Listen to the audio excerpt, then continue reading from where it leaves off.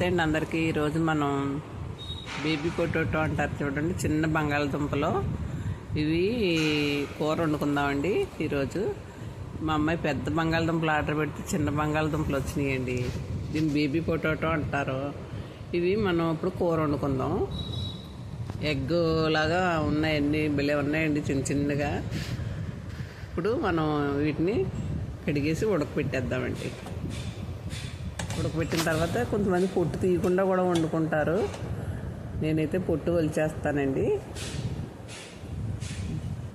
ఇప్పుడు మూడు టమాటాలు, 4 పచ్చిమిరపకాయలు, ఉల్లిపాయలు 2 తీసుకున్నానండి. ఎన్ని ముక్కలు కోసుకోవాలి. బంగాళదుంప అయితే ఈ బేబీ పొటాటో అయితే ఇలా ఒలిచేయాలండి. పై పొట్టు తీసేయాలి. ఇవ్వండి, ఉల్లిపాయ కోసుకున్నాను, కరివేపాకు, చిన్న చిన్న ముక్కలు, టమాటా ముక్కలు కోసానండి. ఇవన్నీ ఒలుచుకుని పక్కన పెట్టుకుందామండి. ఉలవడం కూడా కొంచెం కష్టంగానే అయిందండి చిన్న దుంపల మూలానే.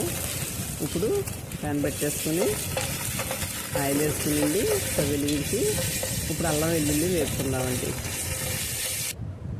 ఇప్పుడు కరివేపాకు వేస్తున్నాను. కొంచెం కరివేపాకు కూడా వేగిన తర్వాత ఉల్లిపాయ ముక్కలు వేసేద్దామండి. ఉల్లిపాయ పచ్చిమిరపకాయ వేసేసి ఇవి మగ్గిన తర్వాత టమాటా ముక్కలు వేసుకోవాలండి. టమాటా కూడా చిన్న మంట మీద మగ్గనిద్దామండి. ఓకేనండి. ఇప్పుడు ఈ బంగాళదుంప బేబీ పొటాటో కూడా వేసేద్దాం. ముక్కలు కొయ్యక్కర్లేదు, ఇలాగే వండేసుకుందామండి. వీటిని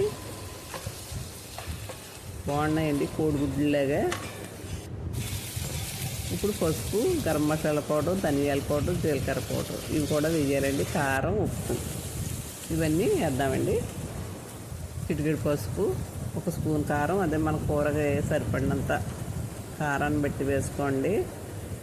ఉప్పు, గరం మసాలా పౌడరు, ధనియాల పౌడరు అన్నీ కొద్ది కొద్దిగా వేస్తున్నానండి. నేను